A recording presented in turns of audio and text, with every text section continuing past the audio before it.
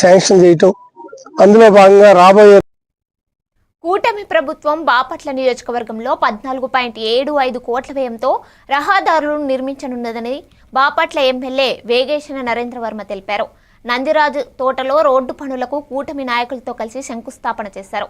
గత ప్రభుత్వంలో రహదారులు గుంతలమయమై ప్రమాదాలు జరిగినప్పటికీ ఒక్క రోడ్డు కూడా వేయలేదని విమర్శించారు.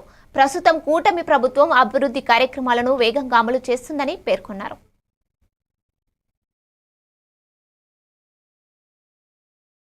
ప్రజలు ఏ ప్రమాదాలకు గురవకుండా ఉంటారు.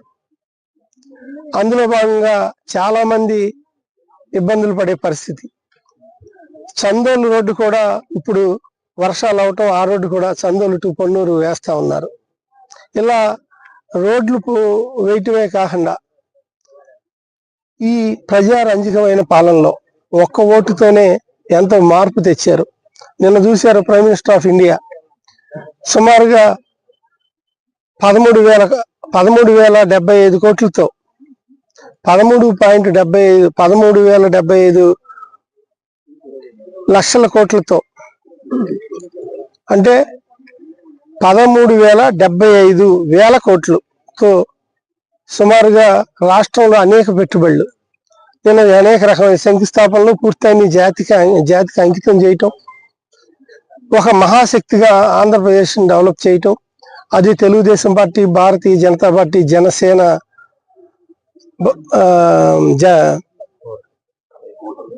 కూటమి ప్రభుత్వం, జనసేన, భారతీయ జనతా పార్టీ, తెలుగుదేశం, ఈ 3 పార్టీలు కలిసి ఒక మంచి నాయకులతో ఒక బృందంగా ఏర్పడి మన రాష్ట్రాన్ని రాబోయే 2047 దిశగా ఒక వికాసం దిశగా ప్రయాణం చేస్తా ఉన్నాం.